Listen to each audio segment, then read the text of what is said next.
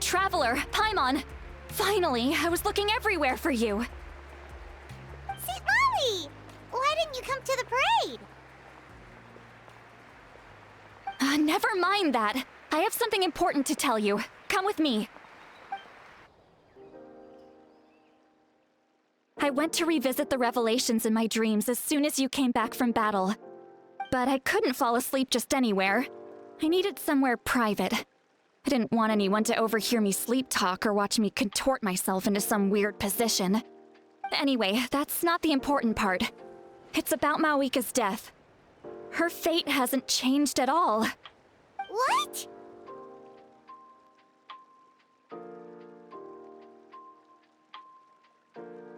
Didn't you defeat the bad guy behind all this? Does that mean the war isn't over? No. The disaster is over, but my dreams never lie. That's why I came to find you. I need to know what I'm missing. Where is Mavuika right now? Did she She said she was going to restore the Night Kingdom. Compared to fighting the Abyss, that should be easy? Not so much. We can't restore— The Lord of the Night is weak right now. She told us that herself, remember? I'll admit, restoring the ley lines is simpler than reconstructing them entirely, but it's still no easy feat. True. If the Lord of the Night could restore— Not even that. The Lord of the Night knows. The point being, this matter is far more complicated. Mavuika has accepted her death, remember? For her to let someone else dictate her end, she must think the outcome of her death is worth it. The moment Mavuika used the Ruler of Death's power, death was demanded in return. Not necessarily. That means Mavuika doesn't have to just sacrifice. Then let's get going!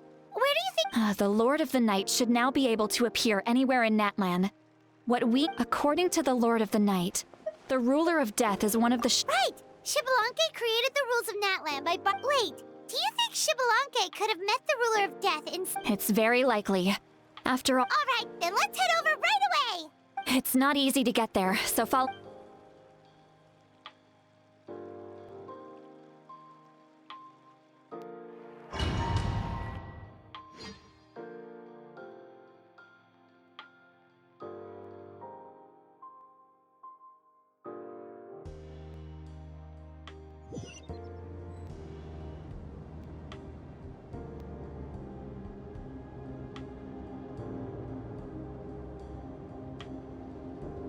Man, this place really is hard to get to.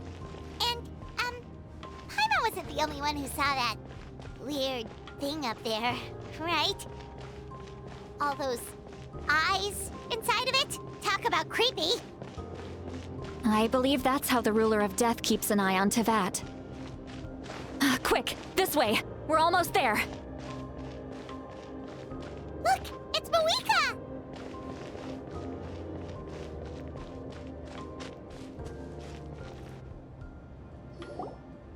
I have grown weary of the endless wait.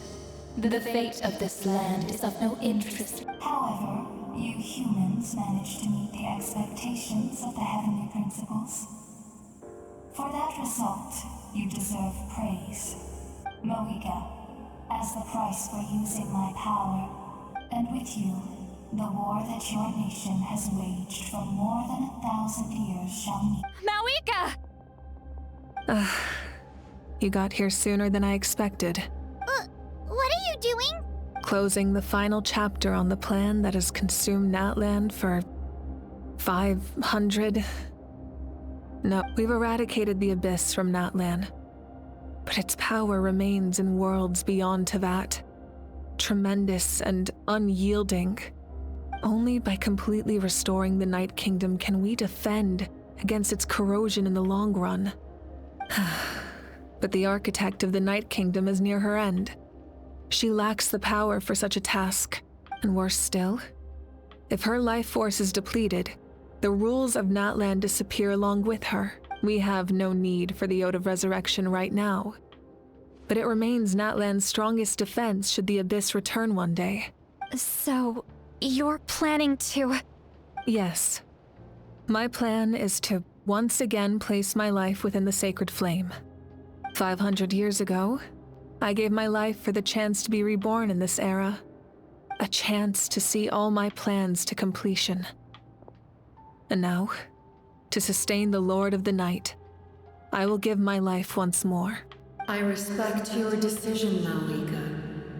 But this method requires an immense sacrifice. The flames of your life force are exceedingly strong. But a life sustained by fire is one destined to die out one day. I've thought about that. With the Abyss out of the picture for now, the Sacred Flame's power will be consumed at a much slower rate. My life force should be able to sustain it for another 200 or 300 years. Future Pyro-Archons will continue to seek new sources of fire. As long as Natlan's legacy endures. Once again, you place hope in the hands of the future. But the pilgrimage can replenish the power of the Sacred Flame. We can give it that meaning. Why? Because I want the pilgrimage to change. The pilgrimage was an essential part of our struggle against the Abyss. A grand competition full of promise and glory. Fear and anxiety have been our constant companions. We knew what the consequences would be if we laid down our arms. Morality left us with no other choice. And so, Natlan became the nation of war. This is where Xbalanque defeated the dragons and granted our people the liberation of their flesh. And now, in the same place, I have the chance to grant them the liberation of their... There will be no war, only competition. One fueled by our dreams for the future, rather than a desperate struggle for survival. A new future deserves a new meaning. A chance to take a definitive step forward. Very noble indeed. But what does any of this have to do with you? You speak of duty. In my eyes, Mavuika, you are not inherently special. A child of Natlan among countless others. Yes, the situation is urgent, and the ley lines must be restored right away. That is where we differ, Lord of the Night. You see all humans as the same, but I understand what it means to be a leader. A leader is swift and decisive in the face of someone capable of making the right choice, even when they're sacrificing the remainder of my life to help Natlan overcome this. After all, leadership is built on the trust of ordinary people. Without them, there is no Archon. The people look to their leader to make the world a better place, and stick for that reason. I must see my duty through to the very end. But what about you, Mavuika? You still haven't talked about what you want. Is it that unimportant to you? It's not important, Citlali. There is nothing more important than protecting the future we built together.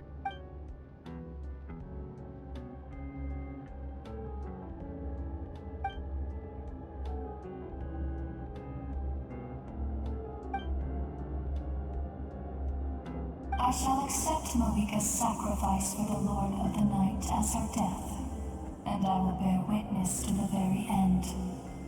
Thus concludes the deal I made with Xbalanque several thousand years ago. Lord of the Night, you may now begin.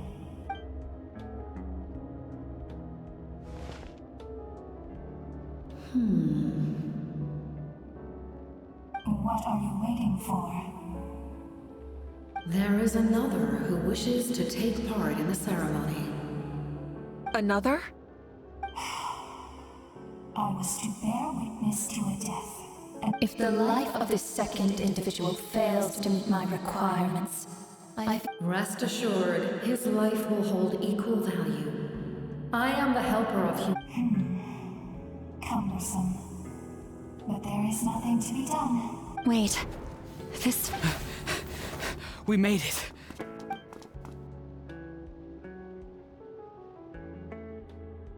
Thank you for showing me the way.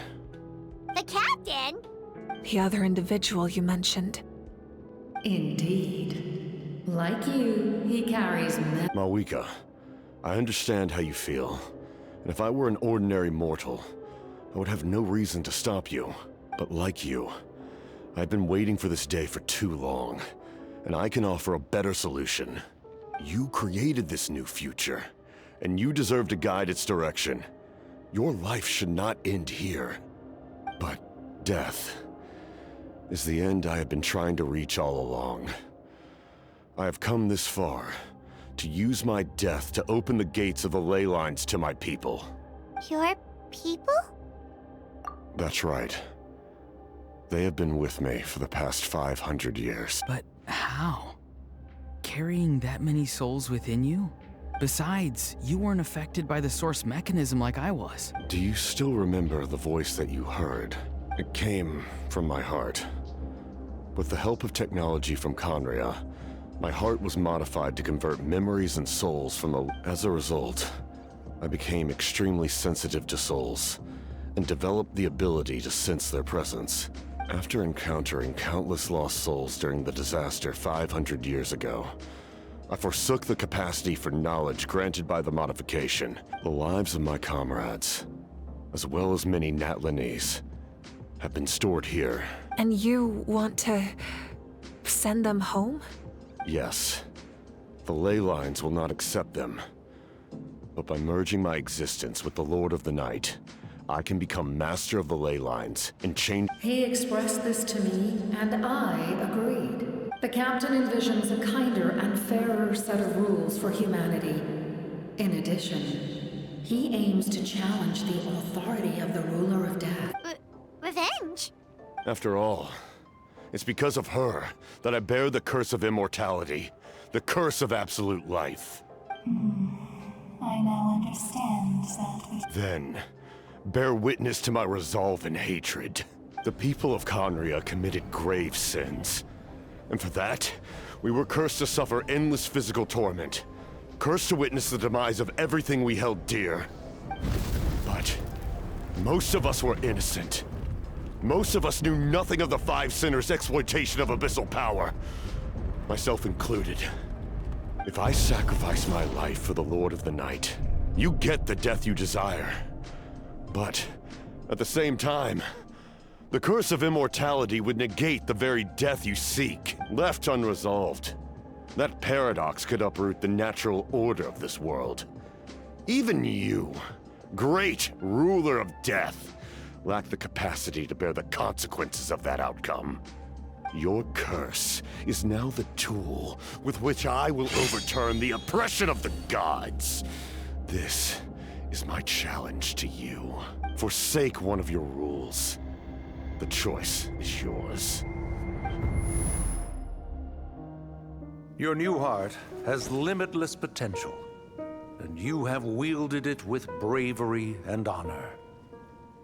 I grant you the title of Sentinel Knight. Like the four pillars of strength, you will continue to safeguard the glory of Conria. The glory of Conria. Our land, our dignity, and every comrade who fights alongside us. The Night Kingdom is almost destroyed. Our fallen soldiers, your comrades, they have nowhere to go. What are you doing? Are you taking all their souls with you? You're just an ordinary person. You can't bear that kind of burden. No hero should have to wander alone.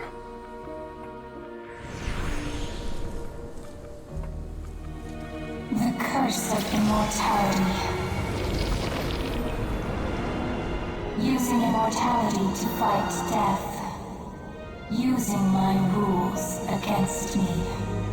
Make your choice. Reject your rules. Or allow me to trigger the paradox. The curse of immortality must stand. Use it to fulfill your final wish.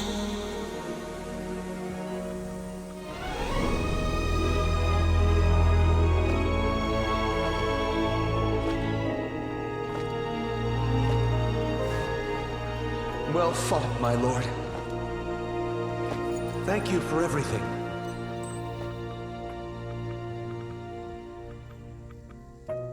This time, let's go together. Yes. Let's go together.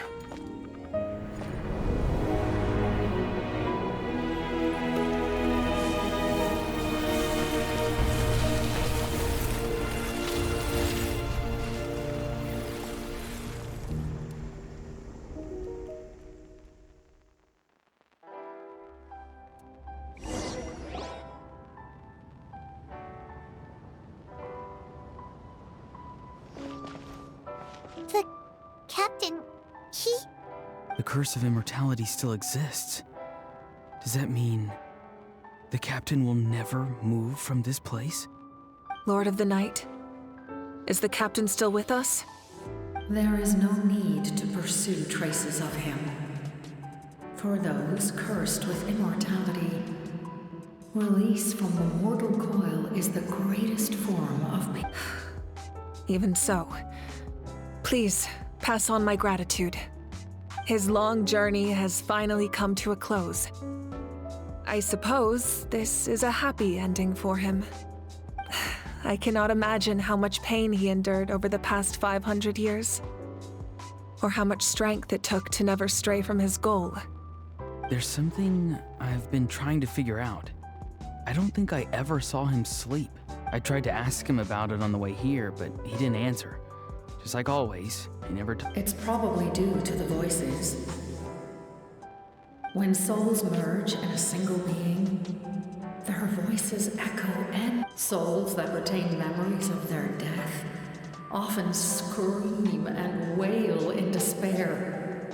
Considering the number of souls inside him, So, over the past 500 years, he didn't sleep? At all? Without experiencing the curse of immortality, we will never truly know his agony. But I can see why his hatred for the ruler of death was so strong. In the end, he used that immortality to his advantage and granted the Lord of the Night eternal life by well fought, Captain. you may wonder why the Night Kingdom, a land of souls, was unable to accept the soul's adrift. The reason lies in the Heavenly Principle's modifications to the ley lines. The original purpose was to help but at one point in time, Natlan's ley lines were decimated. That unique quality is precisely what drew the captain to Natlan. Did he try the same thing in other nations? Yes. But all those attempts ended in failure. He fought to save Natlan not only to defeat the Abyss, but because this is the only land where the souls within him could... We met not long ago to talk about that very possibility. And I confirmed I too recognize the need to change the rules of the ley lines. Not only for the souls that wander this land. In the eyes of the Heavenly Principles, that kind of change is extremely risky, if not impermissible. Thank you for everything. See, Lolly, when I gave you the Pilgrim's Chronicle, I said something rather... How many years of life are enough? 10? 100? But now, I have the chance to live forever. I am immensely grateful to humanity. You don't need to thank us. You bear a heavy responsibility. Heavy? No. That responsibility is the... Farewell, humans. Creators of miracles. Looks like she returned to the Night Kingdom.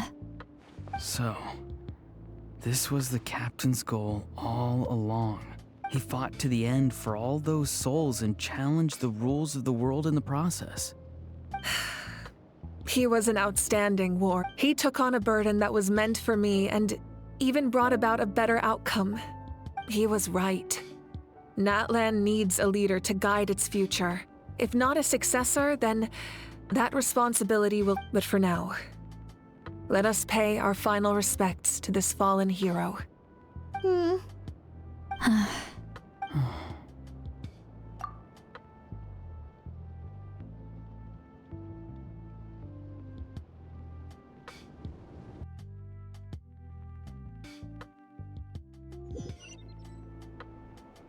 To my sister Hine. I know all that remains in the Night Kingdom is your memory, but I still wanted to write a short letter to tell you about the situation after countless partings and farewells. Natlan has finally entered an era of peace. The pilgrimage is still a popular tournament, but now its only purpose is to showcase the thrill our cultural with the restoration of the Night Kingdom. Our people are now free. I'm sure many exciting, and although our battle scars will fade. The story when a new you returns to this land one day, the land we love has not been destroyed. I will forever be grateful that I got to see you again. And when the flames deliver this letter to you, I hope you know how much I miss you. I actually got the chance to finish this painting. And not a moment too soon. It's time to bid farewell to all the fallen.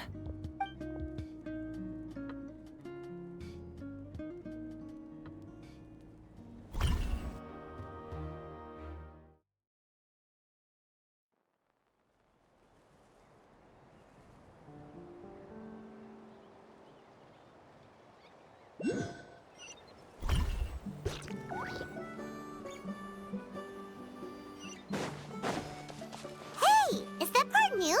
Paimon's never seen it before.